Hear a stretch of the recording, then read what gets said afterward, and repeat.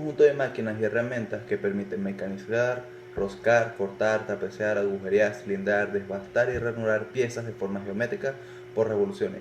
Estas máquinas y herramientas operan haciendo girar la pieza a mecanizar sujetada en un cabezado también llamado shock fijada entre los puntos de centraje, mientras una o varias herramientas de corte son empujadas en un movimiento regulado de avance contra la superficie de la pieza, cortando la viruta de acuerdo con las condiciones tecnológicas de mecanizado adecuadas.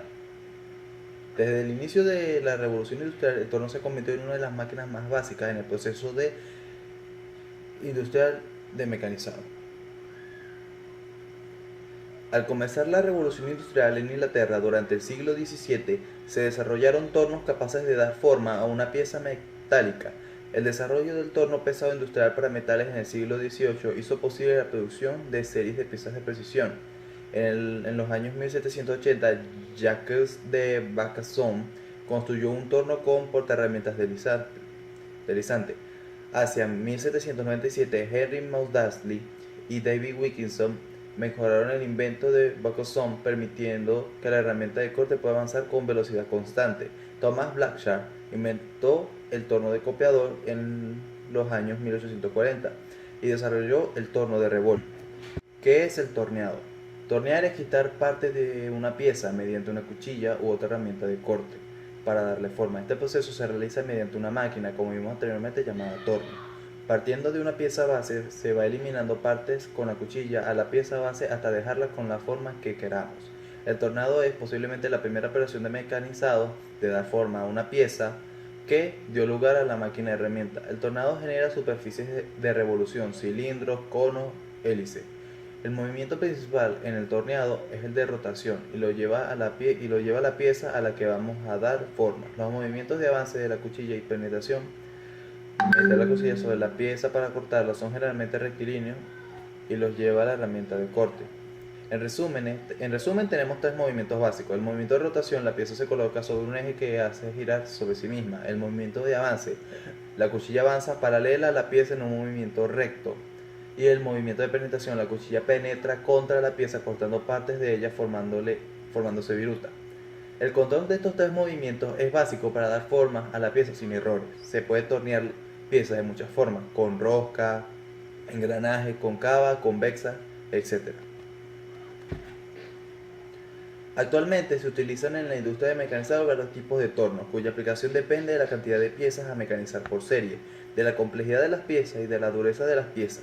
El torno horizontal o torno paralelo o mecánico es el tipo de torno que evolucionó partiendo de los tornos antiguos, como se les fueron incorporando nuevos equipamientos que lograron convertirlo en una de las máquinas herramientas más importantes que han existido. Sin embargo, en la actualidad este tipo de torno está quedando relegado a realizar tareas poco importantes, a utilizarse en los talleres de aprendices y en los talleres de mantenimiento para realizar trabajos puntuales o especiales. Para la fabricación en serie y de precisión han sido sustituidos por tornos copiadores, tornos revólver, automáticos y de CNC. Para manejar bien estos entornos se requiere la pericia de profesionales bien calificados, ya que el manejo manual de sus carros puede ocasionar errores a menudo en la geometría de las piezas torneadas.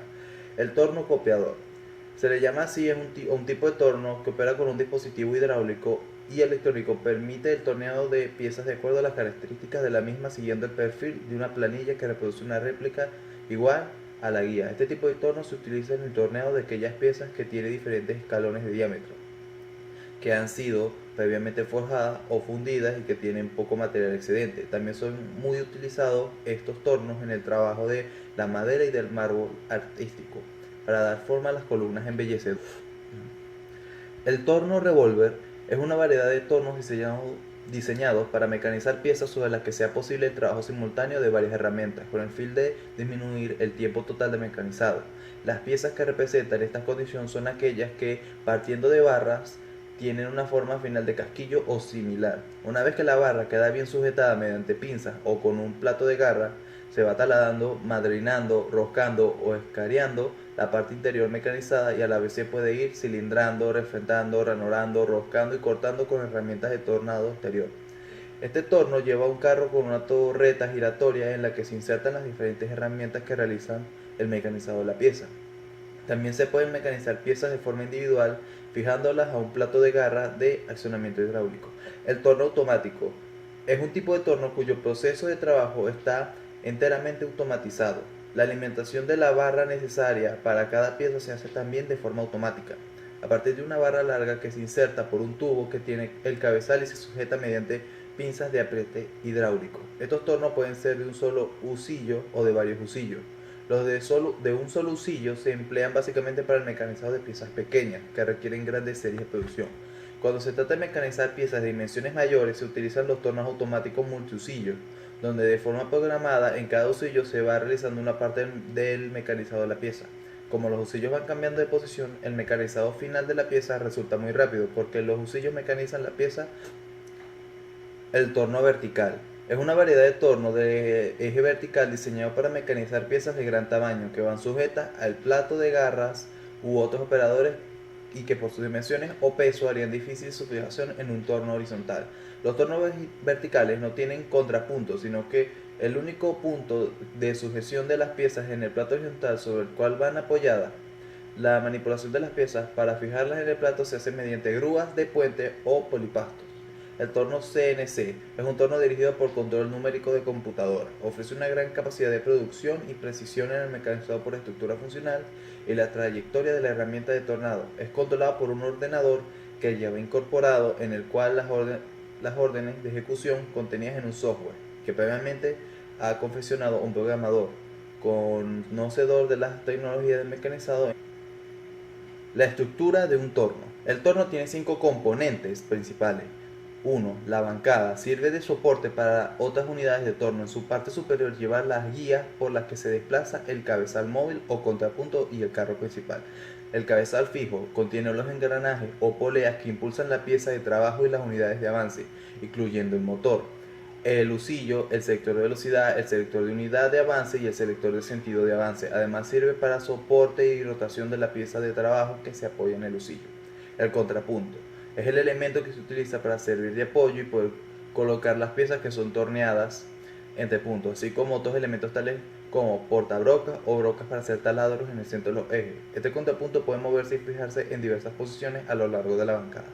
El carro portátil consta de un carro principal que produce los movimientos de la herramienta en dirección axial y del carro transversal, que se desliza transversalmente sobre el carro principal en dirección radial. En los tornos paralelos hay además un carro superior orientable, formado a su vez por tres piezas: la base, el chariot y la tormenta portaherramienta.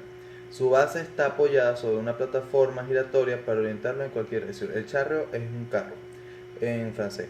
El cabezal giratorio o chuck, su función consiste en sujetar la pieza a mecanizar.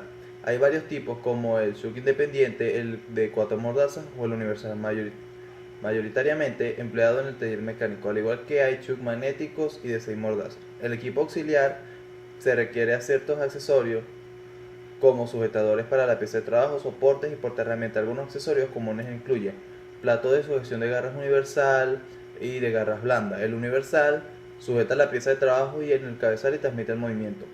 El de garras blandas sujeta la pieza de trabajo en el cabezal a través de la superficie ya acabada. Son mecanizadas para un diámetro específico, no siendo válidas para otros. Centros o puntos. Soportan la pieza de trabajo en el cabezal y en la contrapunta. Perno de arrastre. Se fija en el plato del torno y en la pieza de trabajo y le transmite el movimiento a la pieza cuando está montada en transepto. Soporte fijo o luneta fija. Soporta el extremo extendido de la pieza del trabajo cuando no puede usarse la contrapunta. Soporte móvil o luneta móvil. Se monta en el carro y permite soportar piezas de trabajo largas cerca del punto de corte. Torreta portaherramientas con alineación múltiple. Platos de arrastre para anotar piezas de difícil sujeción y platos de garras independientes. Tiene 4 garras que actúan de forma independiente. Mi nombre es Johnny Meléndez y me corresponde hablar sobre las herramientas cortantes del torno. Una herramienta de corte típica de un torno es también conocida como buril. Consta principalmente de un cuerpo, mango y vástago, y de un cabezal, por supuesto, donde se encuentra la parte cortante. A su vez, el cabezal se compone de diversas formas.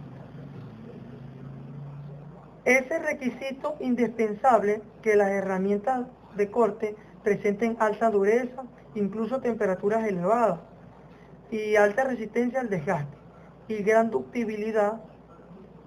Esta característica depende de los materiales con lo que se fabriquen las herramientas, las cuales se dividen en varios grupos. Por lo tanto, con esto se trabajan materiales que son en acero al carbono, acero rápido, carburo cementado o metal duro, cerámica, nitruro de boro cúbico, diamante policristalino. Uno de los más, por decir, pues, el mejor de todo lo que he nombrado es el diamante policristalino. Es sintético y casi tan duro como el diamante natural. Presenta una increíble resistencia al desgaste y una baja conductiva térmica, por lo que la vida útil de la herramienta es hasta 100 veces mejor que la demás. Estandarización de las herramientas. Según la dirección de avance de las herramientas, el corte derecho son herramientas que avanzan de derecha a izquierda y el corte izquierdo son herramientas que van de izquierda a derecha. Según la forma del vástago de la herramienta.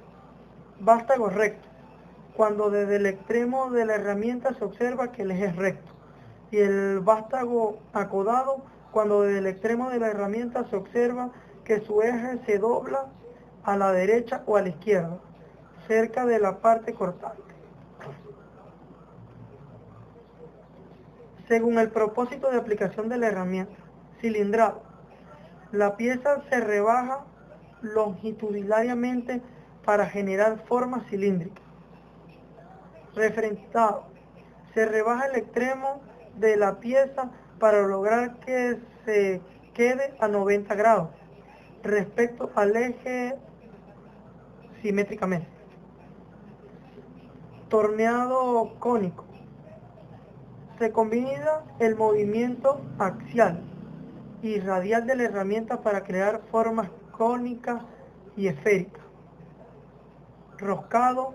La pieza se rebaja de forma helicoidal para crear una rosca que pueda servir para colocar una tuerca o unir piezas entre sí.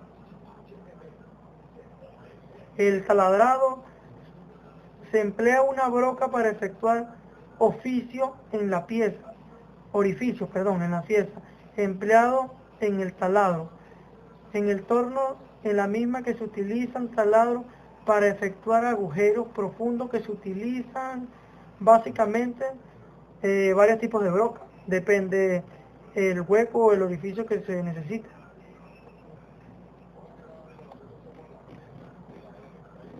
Según el método de fabricación de las herramientas integrales o enteras, se forman requeridas en una sola pieza o un mismo material. Se fabrican en forma de barras redondas, cuadradas o rectangulares de acero para herramientas forjadas que en un extremo tienen su filo constante. Herramientas compuestas. Son de distintos tipos que podemos calificar en subgrupos. Herramientas fabricadas con distintos materiales. Por lo general el vástago es de acero de construcción y la parte cortante es de acero rápido y está soldado al tope. Herramientas con placas soldadas. Vástago de acero y parte cortante del acero rápido o en forma pequeña, pastillas o placas soldadas. La soldadura de cada herramienta requiere tiempo y destreza, dependiendo de la aplicación de la forma del vástago y de dirección avanzada. La placa soldada puede volver a frizarse, puede volver a utilizarse hasta que llegue su tiempo útil. Portaherramientas con placa intercambiable. Consta de un mango o portaherramienta capaz de reutilizar innumerables veces, en el que alternativamente puede montarse y desmontarse pequeñas pastillas o placas intercambiables. Depende. Eso quiere decir que uno puede montar y desmontar las piezas que va a utilizar en ese momento, pues. o para lo que sea necesario. Clasificación ISO-DIN de las herramientas con placas soldadas de metal duro. En las principales aplicaciones de las herramientas para torno con la clasificación ISO-DIN, específicamente de las que presentan placas soldadas de guía, detalladamente en la tabla, se busca en las tablas correspondientes, que ya tienen un cierto margen con el que se puede trabajar. Gracias. Mi nombre es Elin González y yo les voy a hablar sobre las operaciones de torno.